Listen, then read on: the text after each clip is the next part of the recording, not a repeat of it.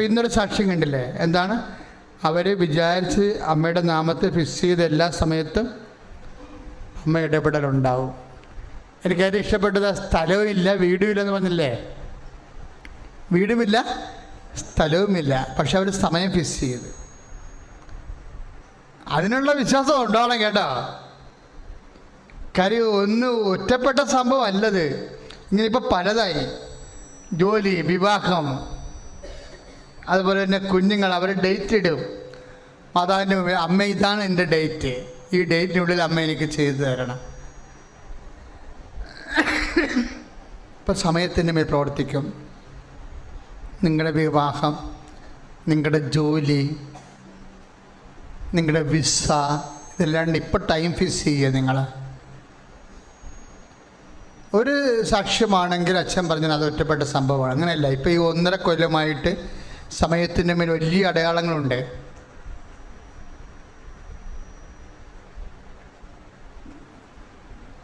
നിങ്ങളുടെ examinations, A1 B1 exam, IELTS exam, PT exam, അതിൻ്റെ date നിങ്ങളുടെ ഡേറ്റ് നിങ്ങൾക്കറിയാമെങ്കിൽ അത് ഡേറ്റ് ഇപ്പോഴ് അതിൻ്റെ ടൈം ഉൾപ്പെടെ പരിശുദ്ധ അമ്മയ്ക്ക് വഴി ഈശോയ്ക്ക് ഏൽപ്പിക്കുക. സ്ഥലം, അളവ്, രജിസ്ട്രേഷൻ, ബാങ്ക് ലോൺ അപേക്ഷ ഒക്കെ ആ ഡേറ്റ് അറിയാമെങ്കിൽ, അല്ലെങ്കിൽ നിങ്ങൾ ഒരു ഡേറ്റും അറിയാമെങ്കിൽ നിങ്ങൾ ഡേറ്റ് ഇടുക. അതിന് സമയഘടികാരം നെഞ്ചു ചാർത്തി പ്രത്യക്ഷപ്പെട്ട അമ്മയുടെ സന്നിധാനത്തിലാണ് നമ്മൾ നിൽക്കണമെന്ന് വിചാരിച്ചുകൊണ്ട് ഒരു ഡേറ്റ് ഇടുക. ഈ മേഖലയിലെ കുറേ അനുഭവ സാക്ഷ്യങ്ങളും അടയാളങ്ങളും നമുക്ക് ആവശ്യമാണെന്ന് അമ്മയ്ക്കറിയാം.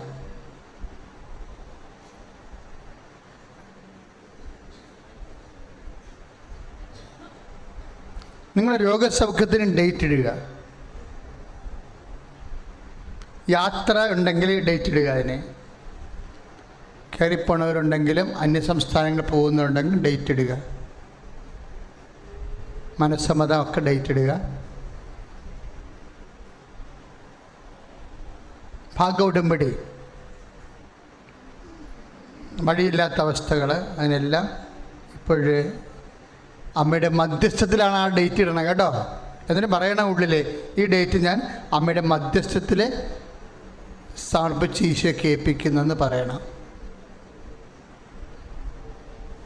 അച്ഛനോട് ചേർന്ന് പ്രാർത്ഥിക്കുക. കർത്താവായ ദൈവമേ, ഞാൻ വെച്ചിരിക്കുന്ന എല്ലാ സമയവും പരിശുദ്ധ അമ്മയുടെ മധ്യസ്ഥത്തിലെ ദിവ്യകാരുണ്യ തിരുസന്നിധിയിൽ വിശ്വാസത്തോടെ, പ്രത്യാശയോടെ, ദൈവസ്നേഹത്തോടെ ഞാൻ സമർപ്പിക്കുന്ന സ്തുതികട ഹല്ലേലൂയ.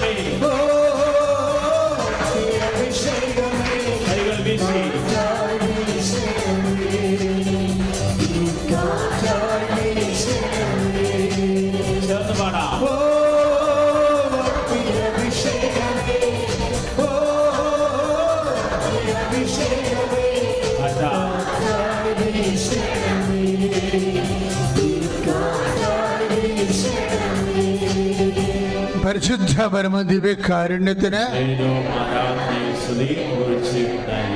പരിശുദ്ധ പരമദിവ്യകാരുണ്യത്തിന്, പരിശുദ്ധ പരമദിവ്യകാരുണ്യത്തിന്. സാമ്പത്തിക കടങ്ങളാണ്.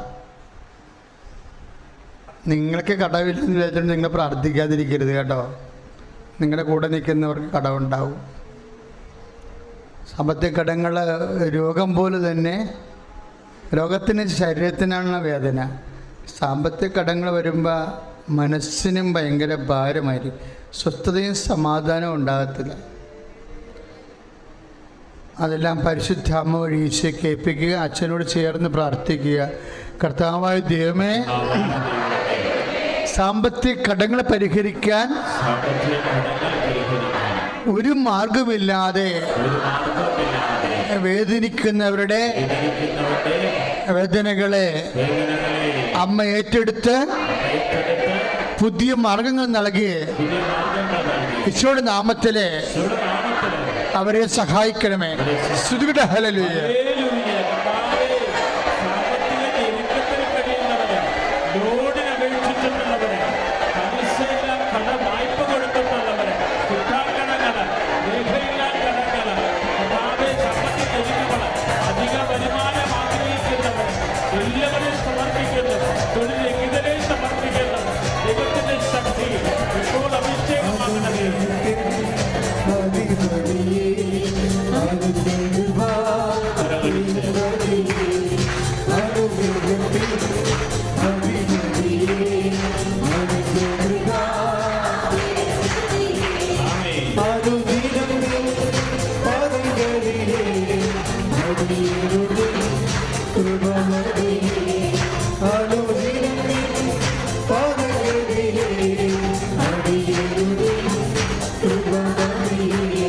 പരിശുദ്ധ പരമദിവ്യകാരുണ്യത്തിന് കുറെ അറ്റംപ്റ്റുകൾ നടത്തി പരാജയപ്പെട്ട് മനസ്സിടിഞ്ഞു പോയവരുണ്ട്. ഇൻ്റർവ്യൂ, ടെസ്റ്റ്, അങ്ങനെ ഒരു 2-3 അടുപ്പിച്ച് പരാജയപ്പെട്ട് കഴിയുമ്പോൾ നമ്മുടെ മനസ്സിൻ്റെ ഒരു ബലം പോവും. ഇനി ശരിയാകത്തില്ലായിരിക്കും. പിന്നെ എന്ത് ചെയ്യുമെന്ന് ഒരു ഐഡിയയും ഇല്ല. ചില സമയത്ത് കൂട്ടുകാരുടെ സമ്മതത്തിന് പിടിപെട്ട് നമ്മൾ എടുത്ത് ചാടി കുറെ കാശ് ഏജൻസിക്ക് കൊടുത്ത് ആ കാശും പോയി, അടയാളമില്ല, വിഷയമില്ല, ആകപ്പാടെ ഒരു പ്രശ്നം. ഇങ്ങനെയുള്ളവർക്കെല്ലാം വേണ്ടി പ്രാർത്ഥിക്കാൻ പോവുകയാണ്. അത്ഭുതകരമായി അമ്മ ഇടപെടണം ഈ വിഷയത്തിൽ.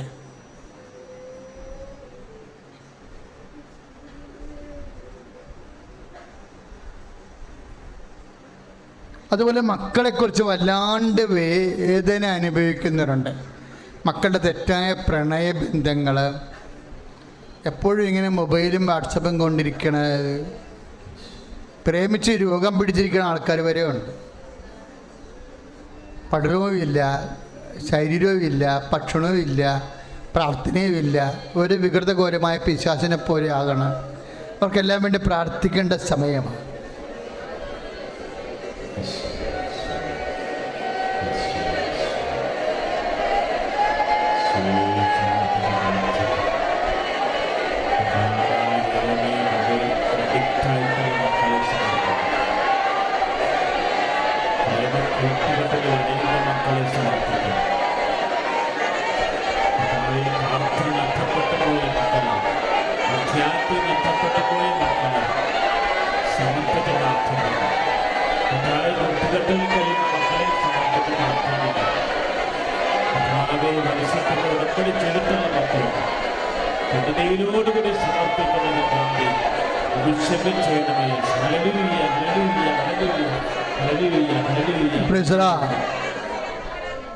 അതുപോലെ തന്നെ വരുമാന മാർഗങ്ങളാണ്.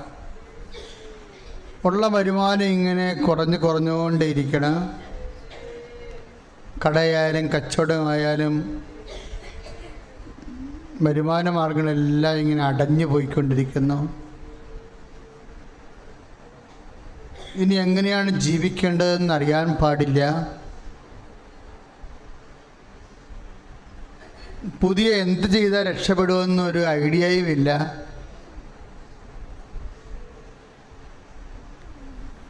എങ്ങനെ കുഞ്ഞുങ്ങളെ പോറ്റുമെന്ന് നമ്മുടെ മനസ്സിൽ ആശങ്കയുണ്ട്. ചെയ്തുകൊണ്ടിരിക്കുന്ന ബിസിനസ്സിന് കോമ്പറ്റീഷനും കാരണവും മറ്റുള്ളവരുടെ കള്ളത്തരങ്ങൾ കാരണവും ഒത്തിരിയേറെ മാനസിക പീഡ അനുഭവിക്കുന്നു. ആ വ്യക്തികളുടെ മേലെല്ലാം കർത്താവിന് കൃപയ്ക്ക് വേണ്ടി പ്രാർത്ഥിക്കട്ടെ. ഹല്ലേലൂയ.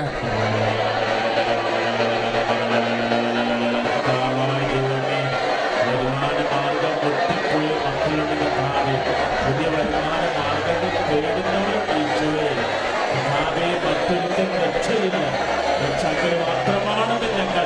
വിശ്വസിക്കുന്ന കർത്താവേ, അങ്ങ് ഞങ്ങളുടെ കണ്ണിൽ Lord Jesus, pour out His Spirit. The fire finger, soak with the precious blood. Lord, increase His Spirit of power and grace.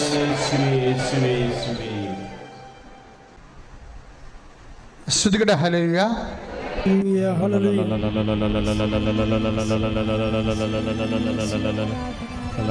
കരങ്ങൾ ഉയർത്തിപ്പിടിക്കട്ടെ, നേർച്ച വസ്തുക്കൾ ഉയർത്തിപ്പിടിക്കട്ടെ. എല്ലാ നിയോഗങ്ങളും ദൈവത്തിന് സമർപ്പിച്ച് പ്രാർത്ഥിക്കട്ടെ. കർത്താവിന്റെ ചൈതന്യം നിറയട്ടെ. യേശുവേ നന്ദി, യേശുവേ ആരാധന. Hallelujah, hallelujah. ഉടമ്പടിയിൽ സമർപ്പിച്ച നിയോഗങ്ങൾ ഓർക്കട്ടെ. കൃപാസനത്തിലെ ശുശ്രൂഷയിൽ വന്ന ഓരോ നിയോഗങ്ങളും കർത്താവേ, മാരക രോഗികള്, കടബാധിതയിൽ കഴിയുന്നവര്, കുടുംബ സമാധാനമില്ലാതെ വിഷമിക്കുന്നവര്, ദുഃഖ ദുരിതത്തിൽ കഴിയുന്നവര്, ജീവിത വിഷമത്തിൽ കഴിയുന്നവരെ, കർത്താവേ, ഒരു തുണ്ട് ഭൂമി പോലും സ്വന്തമായില്ലാത്തവരെ സമർപ്പിച്ച് പ്രാർത്ഥിക്കുന്നു. സന്താനരഹിതരെ സമർപ്പിച്ച് പ്രാർത്ഥിക്കുന്നു. പുതിയ തൊഴിൽ തേടുന്നവരെ സമർപ്പിച്ച് പ്രാർത്ഥിക്കുന്നു. അധിക വരുമാനം ആഗ്രഹിക്കുന്നവരെ സമർപ്പിച്ച് പ്രാർത്ഥിക്കുന്നു. യേശുവേ മഹത്വം, യേശുവേ ആരാധന. ശിരസ് നമിച്ച് പരിശുദ്ധ പരമ ദിവ്യകാരുണ്യത്തിന് കൃപാസന മാതാവിനും ഈശോയ്ക്കും നന്ദി. എൻ്റെ പേര് ബൈജൂഷ്. ഞാൻ പൊൻകുന്നം തിരുക്കുടുംബ ദേവാലയ അംഗമാണ്. ഞാനിപ്പോൾ ഈ സാക്ഷ്യം പറയാൻ വന്നിരിക്കുന്നത് ഓസ്ട്രേലിയയിലെ ബ്രിസ്ബണിൽ നിന്നാണ്. ഞങ്ങൾ കുടുംബസമേതം ഏതാനും വർഷങ്ങളായിട്ട് ഓസ്ട്രേലിയയിലാണ്. ഞാൻ ഓസ്ട്രേലിയയിൽ ഏതാനും കരാട്ടെ സ്ഥാപനങ്ങളും എക്സസൈസ് പ്രോഗ്രാമുകളും ഒക്കെ നടത്തുന്ന ഒരു കരാട്ടെ ഇൻസ്ട്രക്ടറാണ്. 2022 ഡിസംബർ അവസാനം ഞങ്ങൾ അവധിക്ക് നാട്ടിലേക്ക് വരികയാണ്. അപ്പോൾ എപ്പോൾ നാട്ടിലെത്തിയാലും ഒരു ധ്യാനം കൂടിയിട്ടേ ഞാൻ തിരിച്ചു പോകാറുള്ളൂ. അതുപോലെ തന്നെ ഒരു 24 വർഷങ്ങൾക്ക് മുമ്പ് എനിക്ക് ഞാൻ സ്പോർട്സ് ചെയ്യുന്ന ആളായിരുന്നു. സ്പോർട്സിൽ എനിക്കൊരു ആക്സിഡൻറ്റ് പറ്റുകയും എൻ്റെ മുട്ടിനൊരു ആക്സിഡൻ്റ് ഉണ്ടായി. അതിനുശേഷം എനിക്ക് മുട്ടിനെപ്പോഴും വല്ലാത്ത നീരും വേദനയുമായിരുന്നു. ഈ നീരും വേദനയും കാരണം പലപ്പോഴും ഞാൻ കിടന്നുറങ്ങാനും പാടുപെട്ടിട്ടുണ്ട്. അതായത് എൻ്റെ കാലിൻ്റെ മുട്ടിൻ്റെ നീര് കിടക്കയിൽ തട്ടുമ്പോൾ കിടന്നുറങ്ങാൻ പറ്റാത്തത് കൊണ്ട് ഞാൻ എൻ്റെ ഇടതുകാലും മടക്കി വലതുകാലിൻ്റെ അടിയിലൊരു താങ്ങ് പോലെ വെച്ചുകൊണ്ടായിരുന്നു കിടന്നുറങ്ങിക്കൊണ്ടിരുന്നത്. അപ്പോൾ അത് കൃത്യമായൊരു ഉറക്കം കിട്ടുന്നില്ല. എങ്കിലും അതുപോലെ തന്നെ എൻ്റെ ജോലിയെ ബാധിക്കുമായിരുന്നു ഈ വേദന, നടപ്പിനെ ബാധിക്കും. എൻ്റെ സാധാരണ, അതായത് എൻ്റെ ഡെയിലി ലൈഫിലെ ഓരോ കാര്യങ്ങളെ ഇത് വല്ലാണ്ട് ബാധിക്കുമായിരുന്നു. അപ്പോൾ ഇതൊരു വലിയ കാര്യമാക്കി തന്നെ എടുത്തുകൊണ്ട് പാലായിലുള്ള ഒരു പ്രമുഖ ഹോസ്പിറ്റലിലെ ഒരു അസ്ഥിരോഗ വിദഗ്ധനുമായിട്ട് അപ്പോയിൻമെൻ്റ് എടുത്താണ് ഞങ്ങൾ ഇവിടേക്ക് എത്തിയത്. വന്നതിൻ്റെ പിറ്റേന്ന് തന്നെ പോയി ഈ ഡോക്ടറെ കണ്ടു. പല ഡോക്ടർമാരും ഇതിനു മുമ്പ് കണ്ടിട്ടുണ്ട്. അവരൊക്കെ ശാശ്വതമായ ഒരു പരിഹാരം ആർക്കും നിർദ്ദേശിക്കാൻ പറ്റില്ല. ഒന്നെങ്കിൽ വേദനയ്ക്കൊരു ഗുളിക തരിക, അല്ലെങ്കിൽ തേക്കാൻ എന്തെങ്കിലും മരുന്ന് തരിക, അല്ലെങ്കിൽ ഉള്ളത് ഓപ്പറേഷനാണ്. ഈ ഡോക്ടർ ഇത് തന്നെ പറഞ്ഞു. അന്ന് സമയം വൈകിയതുകൊണ്ടും മറ്റു തിരക്കുകളുണ്ടായിരുന്നതുകൊണ്ടും മരുന്ന് വാങ്ങിയില്ല, വീട്ടിലേക്ക് തിരിച്ചു പോയി. വീട്ടിൽ അങ്ങനെ ഇരിക്കുമ്പോൾ പലപ്പോഴും ഞാൻ കണ്ടിട്ടുണ്ട് പല ആൾക്കാർ വീട്ടുപടിക്കൽ ഈ കൃപാസന പത്രം കൊണ്ടുവന്ന് വെച്ചിട്ടും, പ്രത്യേകിച്ച് ചെറുപ്പക്കാരൊക്കെ. അപ്പോൾ ഞാൻ ഓർക്കും, എന്തൊരു വിവരക്കേടാ, മനുഷ്യന് വെളിവില്ലാതെ ആയിക്കഴിഞ്ഞാൽ എന്ത് ചെയ്യുക? വിദ്യാഭ്യാസം ഉണ്ടെന്ന് പറയുകയും ഇതുപോലെ അന്ധവിശ്വാസം പ്രചരിപ്പിക്കുകയും ചെയ്യുന്നല്ലോ എന്ന് ഞാൻ ഓർക്കുമായിരുന്നു. കാരണം കൃപാസനത്തോട് എനിക്ക് അത്രയേറെ വെറുപ്പുള്ളൊരു മനുഷ്യനായിരുന്നു. കാരണം ഞാൻ കൃപാസനത്തെക്കുറിച്ച് കേട്ടിരിക്കുന്നത് അത്ര മോശമായിട്ടുള്ള അഭിപ്രായങ്ങളാണ്. പത്രം കലക്കി തിന്നു, കുടിച്ചു, പിന്നെ ചിലരൊക്കെ ഹോസ്പിറ്റലായി, ഇങ്ങനെയൊക്കെ കേട്ടിരുന്നു. അപ്പം ഞാൻ ഓർക്കുമായിരുന്നു, ഈ അച്ഛനും ഇവിടെയുള്ള ഈ സ്ഥാപനം കൂടി ക്രിസ്ത്യാനികളോടും ക്രിസ്തുമതത്തോടും മറ്റുള്ളവർക്ക് വെറുപ്പുണ്ടാക്കുന്നതിന് വേണ്ടി എന്തിനെങ്ങനെ പ്രവർത്തിക്കുന്നതെന്ന് ഞാൻ ചിന്തിച്ചിട്ടുണ്ട്. അതുകൊണ്ട് തന്നെ ഒരു കാരണവശാലും ഈ വഴിക്ക് വരരുതെന്ന് ചിന്തിച്ചിരുന്ന ഒരു മനുഷ്യനാണ് ഞാൻ. അപ്പോൾ അങ്ങനെ ചിന്തിച്ചിരുന്ന ഞാൻ, പക്ഷേ ഞാനൊരു 20 വർഷങ്ങൾക്ക് മേലെയായിട്ട് പള്ളിയിൽ പോക്കുന്ന കാര്യത്തിലും പ്രാർത്ഥിക്കുന്ന കാര്യത്തിലും ഒട്ടും വളരെ ശുഷ്കാന്തിയുള്ള ഒരാളായിരുന്നു. കാരണം ഞാൻ ഓർക്കുന്നുണ്ട്, 153 മണി ജപങ്ങൾ എത്രയോ ചൊല്ലി ഞാൻ പ്രാർത്ഥിക്കുമായിരുന്നു. പക്ഷെ ഒരു കാലത്ത് ഈ ഇട ദിവസങ്ങളിലുള്ള പള്ളിപ്പോക്കിനകത്ത് കുറവ് വന്നു. അതുപോലെ തന്നെ എൻ്റെ ഈ കൊന്ത ചൊല്ലുന്നതിനകത്ത് കുറവ് വന്നു. പക്ഷെ പൂർണ്ണമായിട്ട് നിന്നില്ല. പക്ഷേ ഇത് ഈ പ്രാർത്ഥനയോടൊക്കെ താല്പര്യമുണ്ടെങ്കിലും എനിക്ക് കൃപാസനത്തോട് ഭയങ്കര വെറുപ്പായിരുന്നു. പിന്നീട് ഒരിക്കൽ ഞാൻ ഈ നാട്ടിലെത്തി അതിനുശേഷം ഈ ഡോക്ടർ പറഞ്ഞു പോയ കണ്ടു, തിരിച്ചു വന്നു. ഡോക്ടറെ കണ്ടു. ഡോക്ടർക്ക് ഒരു കൃത്യമായിട്ടൊരു മറുപടിയൊന്നും പറയാൻ വന്നില്ല.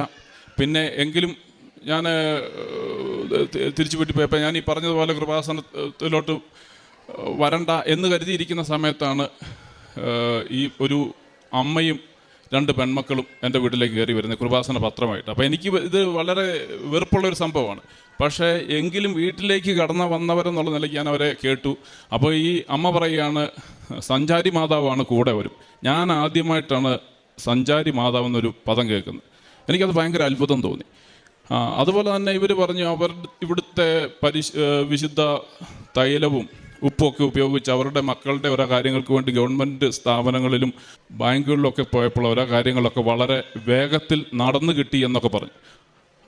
അതൊന്നും എനിക്ക് വലിയ പ്രത്യേകതയായിട്ട് തോന്നുന്നില്ല. പക്ഷെ അവർ ഈ മാതാവ് കൂടെ വരുന്നു എന്ന് പറഞ്ഞത് എന്നെ ഭയങ്കര സ്ട്രൈക്ക് ചെയ്തു. അവരെന്നോട് പറഞ്ഞ് പോകാൻ നേരം എന്നോട് പറഞ്ഞ് രാവിലെ ചെന്നാൽ ഉടമ്പടി എടുക്കാം എന്നൊക്കെ എന്നോട് പറഞ്ഞു. പക്ഷേ എനിക്ക് ഉടമ്പടി എന്താണെന്ന് മനസ്സിലായില്ല, ഞാനത് മൈൻഡ് ചെയ്തുമില്ല. പക്ഷേ അവർ പോയി കഴിഞ്ഞപ്പം ഞാൻ എൻ്റെ വീട്ടിൽ പറഞ്ഞു, നമുക്കൊരു കാര്യം ചെയ്യാം, നാളെ രാവിലെ ഈ കൃപാസനത്തിൽ ഒന്ന് പോയി. കാരണം ഞാൻ വന്നപ്പം അവധിക്ക് വന്നപ്പം അങ്ങോട്ടും ഇങ്ങോട്ടൊക്കെ യാത്ര ചെയ്യുന്നതിനുണ്ട് ഒരു വണ്ടി വാടകയ്ക്ക് എടുത്തിട്ടുണ്ടായിരുന്നു. അപ്പം പോകുന്നതിന് 2 ദിവസം മുമ്പാണ് തിരിച്ചു കൊടുക്കണം. അപ്പം വണ്ടി വീട്ടിൽ കിടപ്പുണ്ട്, വെറുതെ കിടക്കുകയാണ്. അപ്പം ഞാൻ പറഞ്ഞ ഒരു കാര്യം ചെയ്യാം, നമുക്ക് ഈ കൃപാസനത്തിൽ ഒന്ന് പോയി ആലപ്പുഴ ബീച്ചൊക്കെ ഒന്ന് കറങ്ങി എല്ലാം ഒന്ന് കണ്ടു കേട്ട് തിരിച്ചു വരാം. വെറുതെ വണ്ടി വീട്ടിലിട്ട് വാടക കൊടുക്കണ്ടായല്ലോ. അങ്ങനെ ഞങ്ങൾ പിറ്റേ ദിവസം പൊൻകുന്നത്ത് നിന്ന് ഇവിടെ കൃപാസനത്തിലെത്തി. അപ്പോൾ ഇവിടെ വന്നപ്പം വല്ലാത്ത തിരക്കാണ്, എന്താ ചെയ്യേണ്ടതെന്നൊന്നും അറിയത്തില്ല. അപ്പോൾ ആൾക്കാർ നടന്ന് കയറുന്ന കൊടുത്ത് ഞങ്ങൾ നടന്ന് ഉള്ളിൽ കയറി. ഉള്ളിലേക്ക് വന്നില്ല, അതിലേറെ തിരക്ക്. അപ്പോഴാണ് കേട്ടത് ഉടമ്പടി എടുക്കാനുള്ളവർ ഏറ്റവും മുകളിലത്തെ നിലയിൽ ചെല്ലുക. അപ്പോൾ എന്താണ് ഉടമ്പടി എന്നറിയത്തില്ല, അവിടെ എന്താണ് സംഭവം നടക്കാൻ പോകുന്നതെന്ന് കാണാം. ഉടമ്പടി എടുക്കാനല്ല, എനിക്കെടുക്കാൻ താല്പര്യവുമില്ല. അപ്പോൾ ഇതൊന്ന് കാണാം എന്നോർത്ത് ഞാൻ മേലെ കയറി ചെന്നു. അപ്പോഴാണ് അച്ഛൻ്റെ ക്ലാസ് അവിടെ നടക്കുന്നു. കേട്ടിട്ട് എനിക്കൊരു താല്പര്യം തോന്നിയില്ല. കാരണം അതിനകത്ത് പറയുന്ന പലതും എനിക്ക് പാലിക്കാൻ പറ്റിയാലാത്തതാണ്. അതുകൊണ്ട് തന്നെ ഉടമ്പടി എനിക്കൊരു രീതിയുണ്ട്. അതായത് ഒരു കേസ് പിടിച്ചാൽ അത് കൃത്യമായിട്ട് ചെയ്യണം.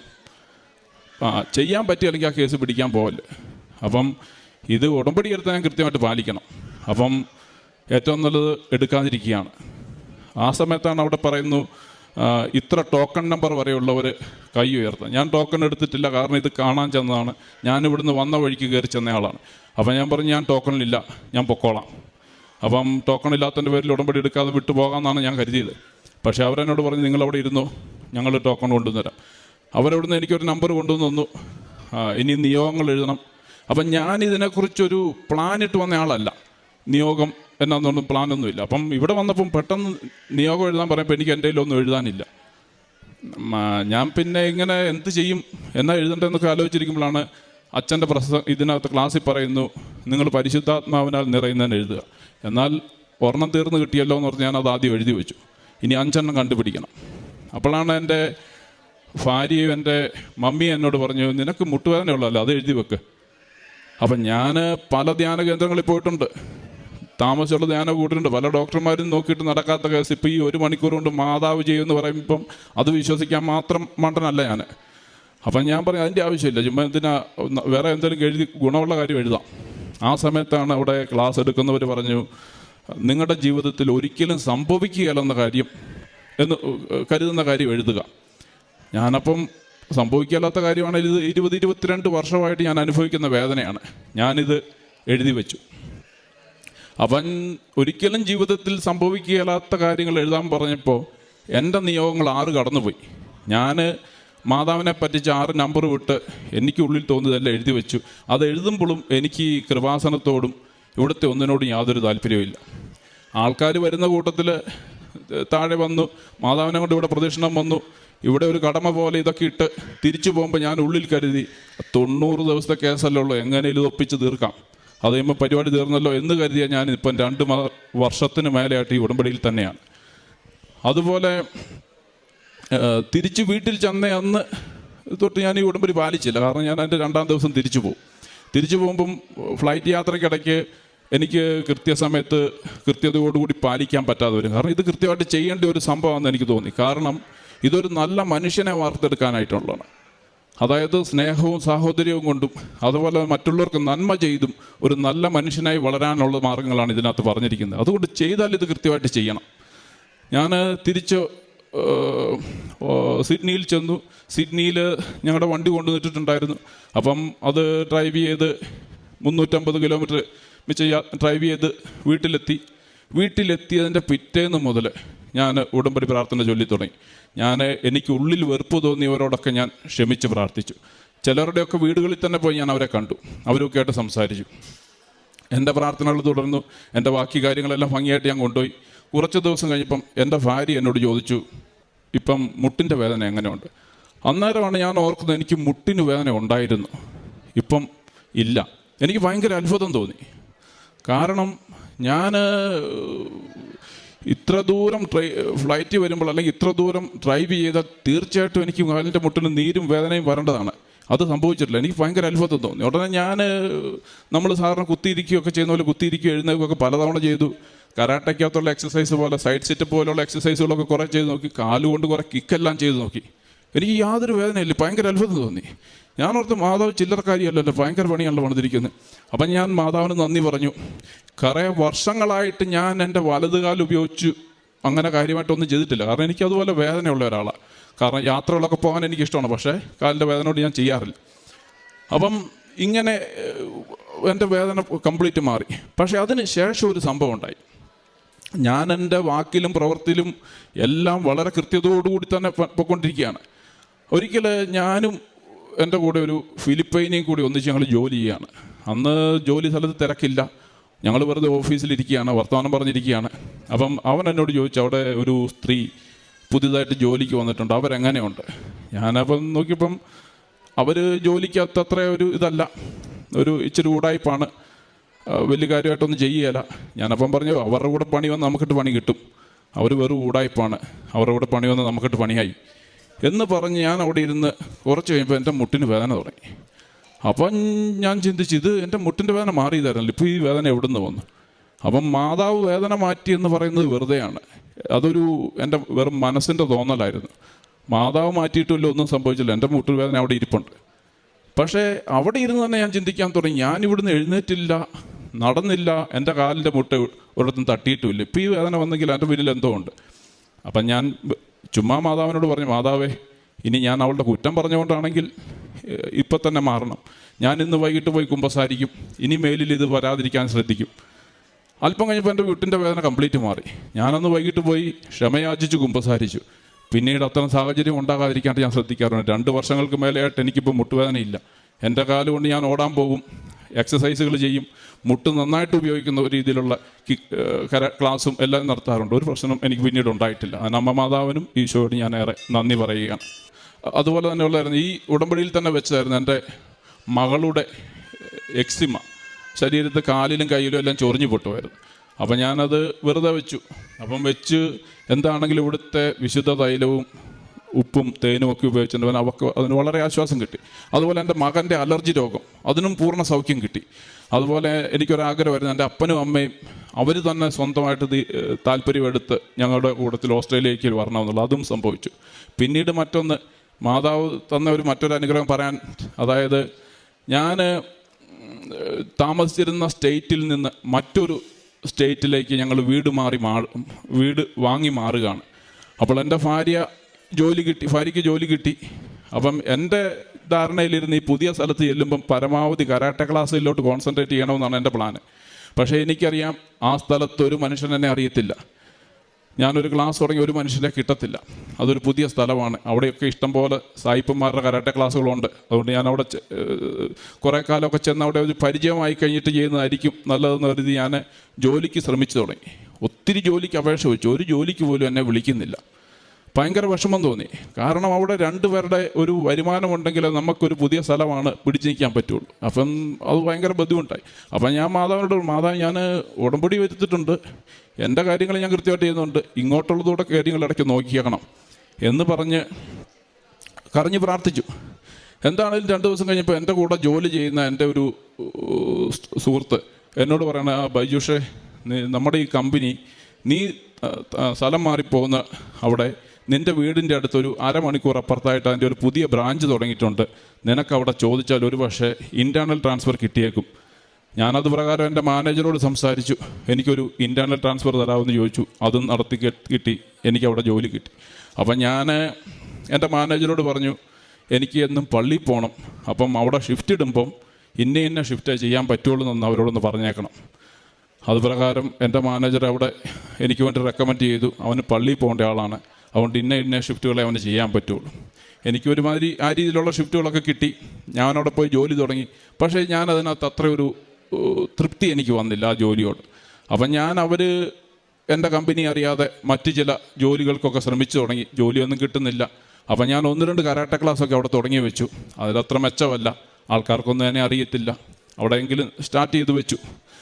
അപ്പം ഇങ്ങനെ മുന്നോട്ട് പോവുകയാണ്. പിന്നീടുള്ളതെന്ന് പറഞ്ഞാൽ, ഒന്നെങ്കിൽ ഈ കരാട്ടെ ക്ലാസ്സും ഈ ജോലിയും കൂടെ ആകുമ്പോൾ എനിക്ക് പള്ളിയിൽ പോക്കിനെ ഇത് വല്ലാണ്ട് ബാധിക്കും.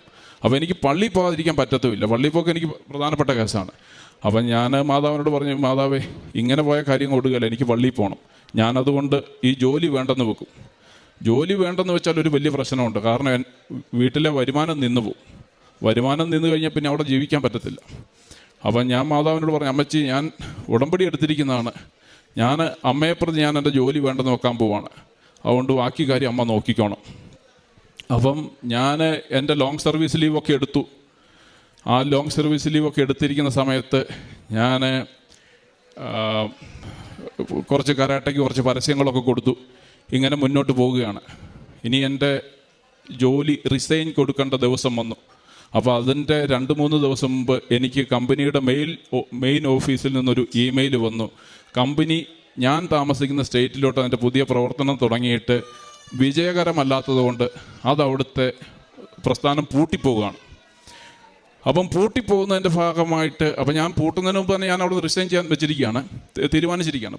പൂട്ടിപ്പോകുന്നതിൻ്റെ ഭാഗമായിട്ട് അവിടെ പെർമനൻ്റായിട്ട് ജോലി ഉണ്ടായിരുന്നവർക്ക് കമ്പനി ഒരു നല്ല തുക നഷ്ടപരിഹാരം കൊടുക്കുകയാണ്. ഏകദേശം $30,000 എനിക്കും നഷ്ടപരിഹാരം കിട്ടി. അത് ഏകദേശം വരുന്ന എൻ്റെ കുറേ മാസങ്ങളിലേക്കുള്ള ശമ്പളം ഉണ്ടായിരുന്നു. അതായത് ഒരു വരുമാനമില്ലെന്ന് പ്രതീക്ഷിച്ചിരുന്ന എനിക്ക് കമ്പനി പൂട്ടിയാൽ പോലും എനിക്ക് കുറേ മാസങ്ങളിലേക്കുള്ള ശമ്പളം തന്നെ അമ്മ അനുഗ്രഹിച്ചു. അപ്പം ഞാൻ നോക്കിയപ്പം കരാട്ടെ ക്ലാസ്സാണ് ഞാൻ കൂടുതൽ നടത്തുന്നതെങ്കിൽ എനിക്ക് ഒരു ദിവസത്തെ പള്ളിപ്പോക്കോ പ്രാർത്ഥനയോ ഒന്നും മുടങ്ങത്തില്ല. അപ്പം ഞാൻ മാതാവിനോട് പറയും, മാതാവ്, എനിക്കൊരു 100 പിള്ളേരെ കിട്ടിയിരുന്നെങ്കിൽ എൻ്റെ കാര്യങ്ങൾ ഭംഗിയായിട്ട് പോയാൽ. അത് പറഞ്ഞ് വലിയധികം വൈകാതെ തന്നെ 100 പേരായി. അപ്പം ഞാൻ കണക്ക് കൂട്ടിയപ്പം അതിൻ്റെ വാടകയും ഇൻഷുറൻസും എല്ലാം കൂടെ കഴിയുമ്പം ഒരു സാധാരണ ജോലി ചെയ്യുന്ന ആളുടെ ഒപ്പത്തിലേക്ക് എത്തുന്നില്ല. അപ്പം ഞാൻ ഇച്ചൂടെ കയറ്റി വെച്ചു. മാതാവ്, ഞാൻ പറഞ്ഞത് തെറ്റിപ്പോയി, 150 പേര് വേണം. അപ്പോൾ അത് പറഞ്ഞ് ഉദ്ദേശിച്ച പോലെ ഒന്നും കാര്യം ഓടിയില്ല. ഞാൻ വേറെ 1-2 ഇൻ്റർവ്യൂ ഒക്കെ അറ്റൻഡ് ചെയ്തു. ജോലിക്ക് അപേക്ഷ വെച്ചു. 1-2 ഇൻ്റർവ്യൂവിന് വിളിച്ചു. ഒരു ഇൻ്റർവ്യൂവിന് പോയി. എനിക്കിതുവരെയും കിട്ടാത്ത ഒരു ശമ്പളം, അതായത് ഇത്രയും കിട്ടിയിട്ടുള്ളതിനേക്കാളും മണിക്കൂറിന് $4.50 കൂടുതലൊരു ശമ്പളം വെച്ച് എനിക്ക് ജോലി അവർ എനിക്ക് തന്നു. ഭയങ്കര സന്തോഷമായിപ്പോയി. ഞാൻ തിരിച്ച് വീട്ടിലെത്തി. 2 ദിവസം കഴിഞ്ഞപ്പോൾ ഓഫർ ലെറ്റർ വന്ന് ഞാനത് സൈൻ ചെയ്തു. എന്നിട്ടും നോക്കുമ്പോഴുണ്ട് എൻ്റെ ഷിഫ്റ്റുകൾ മോർണിംഗ് ആകുമ്പോൾ എനിക്ക് പള്ളിയിൽ പോകാൻ പറ്റത്തില്ല. അപ്പോൾ എനിക്ക് ഭയങ്കര സങ്കടമായി. മാതാവ് ഈ കളിയെല്ലാം കളിച്ച് ഞാൻ പള്ളിയിൽ പോകാനായിട്ടായിരുന്നു. എന്നിട്ട് മാതാവ് എനിക്കിട്ടുണ്ട്, നീ പണി തന്നത് ശരിയായില്ല. കാരണം പള്ളിയിൽ പോകണമെന്നല്ല ഒറ്റ ഉദ്ദേശത്തിലാണ് എൻ്റെ ഒരു പണി കളഞ്ഞ ഞാനിപ്പം ഇതിന് വന്നത്. അന്നേരം ഇവിടെ എന്നെ ഈ നല്ലൊരു സംഭവം കാണിച്ചിട്ട് ഇത് ഇല്ലാതാക്കിയത് ഭയങ്കര മോശമായിപ്പോയി. എന്തെങ്കിലും ചെയ്തേ പറ്റുള്ളൂ കേട്ടോ എന്ന് ഞാൻ വെറുതെ തമാശയ്ക്ക് പറഞ്ഞു. എന്താണെങ്കിലും ഞാൻ 150 ചോദിച്ചോടത്ത് അതെല്ലാം കടന്ന് എൻ്റെ അമ്മ എനിക്ക് എൻ്റെ ബിസിനസ്സിനെ മാത്രം കോൺസെൻട്രേറ്റ് ചെയ്ത് മുന്നോട്ട് പോകാനായിട്ടുള്ളൊരു വലിയൊരു അനുഗ്രഹം തന്നിട്ടുണ്ട്. ഞാൻ ആ കരാട്ടെ ക്ലാസ് മാത്രമായിട്ടും മറ്റുള്ള പ്രവൃത്തികളുമായിട്ട് മുന്നോട്ട് പോയിക്കൊണ്ടിരിക്കുകയാണ്. അതുപോലെ തന്നെ ഈ അധികമായില്ല, കുറച്ച് നാളുകൾക്ക് മുമ്പ് എൻ്റെ മമ്മിക്ക് തലച്ചോറിലേക്കുള്ള ഒരു ഞരമ്പിന് ബ്ലോക്കായി. അപ്പം ഹോസ്പിറ്റലിൽ ചെന്നപ്പം എക്സ്റേ പോലെയുള്ള സംഭവങ്ങളൊക്കെ എടുത്തു. അപ്പം ബ്ലോക്കാണ്. അവിടുത്തെ മെയിൻ ഡോക്ടർ വന്നിട്ട് വേണം എന്താണ് ചെയ്യേണ്ടതെന്ന് നോക്കാൻ എന്ന് പറഞ്ഞു. അപ്പം ഞാൻ അവിടെ നിന്ന് ലൈറ്റ് കാൻഡിൽ പ്രയർ റിക്വസ്റ്റ് ഇട്ടു. വലിയ അപകടങ്ങളൊന്നും ഇല്ലാതെ കാക്കണേ അമ്മേ, കാരണം ഞാൻ വേറൊരു ദേശത്തായിരിക്കുന്നത്, എനിക്കൊന്നും ചെയ്യാനില്ല, ആകെ ചെയ്യാനുള്ള പ്രാർത്ഥിക്കാമെന്ന് മാത്രമേ ഉള്ളൂ. വലിയധികം വൈകാതെ ഡോക്ടർ വന്നിട്ട് പറഞ്ഞു, ഇത് ചെറിയ മരുന്ന് കൊണ്ട് മാറാവുന്നതേ ഉള്ളൂ, അതുകൊണ്ട് വലിയ കുഴപ്പമില്ലാതെ മാറാവുന്നേ ഉള്ളൂ, പ്രശ്നമില്ല. മമ്മി 2 ദിവസം കഴിഞ്ഞപ്പോൾ ഡിസ്ചാർജായി വീട്ടിൽ പോയി. ഒരു കുഴപ്പമില്ല, സന്തോഷമായിട്ടിരിക്കുന്നു. അതിനും അമ്മ മാതാവിന് ഞാൻ നന്ദി പറയുകയാണ്. ഇനി എൻ്റെ പ്രേക്ഷിത പ്രവർത്തനത്തിൻ്റെ കാര്യം പറഞ്ഞാൽ ഞാൻ ഇവിടുന്ന് കിട്ടുന്ന കൃപാസന പത്രങ്ങൾ ഇംഗ്ലീഷും മലയാളവും വാങ്ങിക്കും. അതുപോലെ ചില സമയത്ത് ഇവിടുന്ന് എൻ്റെ സുഹൃത്തുക്കളെ കൊണ്ട് ഞാൻ അങ്ങോട്ട് അയപ്പിക്കും. അവിടെ മലയാളികൾക്കും ഇംഗ്ലീഷുകാർക്കൊക്കെ ഞാൻ കൊണ്ട് നടന്ന് കൊടുക്കും. ചിലരൊക്കെ നിരസിക്കും, ഞാനത് മൈൻഡ് ചെയ്യാറില്ല. കാരണം അവർക്കറിയത്തില്ല, എനിക്കും അറിയത്തില്ലായിരുന്നു, എനിക്ക് വെറുപ്പായിരുന്നു. ഞാൻ അറിഞ്ഞപ്പോൾ ഞാനിതിനകത്തുണ്ട്, അവർ വന്നാലും മാറി വരും. ഞാൻ ആ പത്രങ്ങൾ കൊടുക്കാറുണ്ട്. അതുപോലെ തന്നെ സാക്ഷ്യങ്ങൾ തിരഞ്ഞ് എൻ്റെ സുഹൃത്തുക്കൾക്ക് അയച്ചു കൊടുക്കാറുണ്ട്. അതുപോലെ ഞാൻ ഇവിടെ നമ്മുടെ ജപമാല റാലി നടക്കുന്ന ദിവസം ആ സമയവും ദൂരവും കണക്കാക്കിയിട്ട് ഞാൻ ഓസ്ട്രേലിയയിൽ കാൽനടയായിട്ട് ഞാനന്ന് ഇവിടെ വന്ന് പങ്കെടുക്കാൻ പറ്റില്ലാത്തതുകൊണ്ട് അവിടെ ഞാൻ ജപമാല റാലി ഞാൻ തന്നെ നടത്തും. ആ ദൂരം പ്രാർത്ഥിച്ച് കൊന്ത ചൊല്ലി ഞാൻ പോകാറുണ്ട്. പിന്നെ ചെയ്തുകൊണ്ടിരുന്നൊരു കാര്യം എന്ന് പറയുന്നത്, ഞാൻ അവിടെ ജോലി ചെയ്തുകൊണ്ടിരുന്നപ്പോൾ ഒരിക്കൽ ഞാൻ ജോലി ചെയ്യുന്ന സ്ഥലത്ത് എന്നും ഞായറാഴ്ചകളിൽ രാവിലെയാണ് കുർബാന ഉണ്ടായിരുന്നത്. അപ്പം ഞാനെന്നും ഞായറാഴ്ച രാവിലെ കുർബാനയ്ക്ക് പോകുന്നതാണ്. പക്ഷേ ഒരു ദിവസം എൻ്റെ മാനേജർ എന്നോട് ചോദിച്ചു, ബൈജൂഷിന് ഒരു 1-2 എക്സ്ട്രാ ഞായറാഴ്ച ഷിഫ്റ്റ് കൂടെ ചെയ്യാവോ? ഞാൻ പറഞ്ഞു എനിക്ക് പറ്റത്തില്ല, കാരണം ഞായറാഴ്ച എനിക്ക് ചെയ്യാൻ പറ്റില്ല. കാരണം ഞായറാഴ്ചയ്ക്ക് ഇരട്ടി ശമ്പളമുണ്ട്. അപ്പം ഞാൻ പറഞ്ഞു എനിക്ക് പറ്റുകയില്ല. അപ്പോൾ അവരെന്നോട് പറഞ്ഞു എല്ലാ ആൾക്കാരും ഞായറാഴ്ചത്തെ ഷിഫ്റ്റ് കിട്ടാനാണ് നോക്കുന്നത്, നിനക്കെന്നെ അത് വേണ്ടാത്തത്. ഞാൻ പറഞ്ഞു എനിക്ക് പള്ളിയിൽ പോകണം, അതുകൊണ്ട് എനിക്ക് ഞായറാഴ്ചത്തെ ഷിഫ്റ്റ് വേണ്ട. അപ്പോൾ അവരെന്നോട് ചോദിച്ചു, അപ്പം നീ ജോലിയുള്ള ദിവസങ്ങളിൽ എന്ത് ചെയ്യും? ഞാൻ പറഞ്ഞു ഞായറാഴ്ച ആ ദിവസങ്ങളിൽ ഞാൻ പോവും. അതായത് അവിടെ നിന്ന് ഒരു 90 കിലോമീറ്റർ അപ്പുറത്തൊരു പള്ളിയുണ്ട്, വൈകിട്ടാണ് കുർബാന. അപ്പോൾ ആ 90 കിലോമീറ്റർ അങ്ങോട്ട് ഡ്രൈവ് ചെയ്ത് അവിടെ പോയി കുർബാന അറ്റൻഡ് ചെയ്യും, തിരിച്ച് 90 കിലോമീറ്റർ ഓടിച്ച് തിരിച്ച് വീട്ടിൽ വരും. അതായത് 180 കിലോമീറ്റർ ഞാനൊരു ദിവസം ഒരു കുർബാനയ്ക്ക് വേണ്ടിയിട്ട് വണ്ടി ഓടിച്ച് പോകും. അപ്പോൾ ഞാൻ അവരോട് പറഞ്ഞു, എന്നും എല്ലാ ഞായറാഴ്ചകളിലും ഇത്രയും വലിയ ദൂരം ഓടാനായിട്ട് എനിക്ക് ബുദ്ധിമുട്ടുണ്ട്, അതുകൊണ്ട് എനിക്ക് എക്സ്ട്രാ ഷിഫ്റ്റ് വേണ്ട. അപ്പം അവരെന്നോട് പറഞ്ഞു, ഒരു കാര്യം ചെയ്ത്, നിനക്ക് ഇത്രയും തീഷ്ണതയുള്ളതാണ് ഒരു കാര്യം ചെയ്തു, നീ എല്ലാ ഞായറാഴ്ചയും പള്ളിയിൽ പോക്കോ, നീ എന്നും ജോലിക്ക് വരിക, രാവിലെ ജോലിക്ക് വരിക, പള്ളിയിലെ കുർബാനയുടെ സമയമാകുമ്പോൾ നീ പള്ളിയിൽ പോവുക, കുർബാന കഴിഞ്ഞിട്ട് വന്ന് ജോലി ചെയ്യുക. അപ്പം ഞാൻ 180 കിലോമീറ്റർ 2 ആഴ്ച പോയപ്പോഴേക്കും മാതാവ് എന്ത് ചെയ്തു, ഒരിക്കലും പോകണ്ടാത്ത രീതിയിൽ എനിക്ക് ആ ഒരു ജോലി അവിടെ ശരിയാക്കി തന്നു. അതിനും ഞാൻ അമ്മ മാതാവിന് വളരെ നന്ദി പറയുകയാണ്.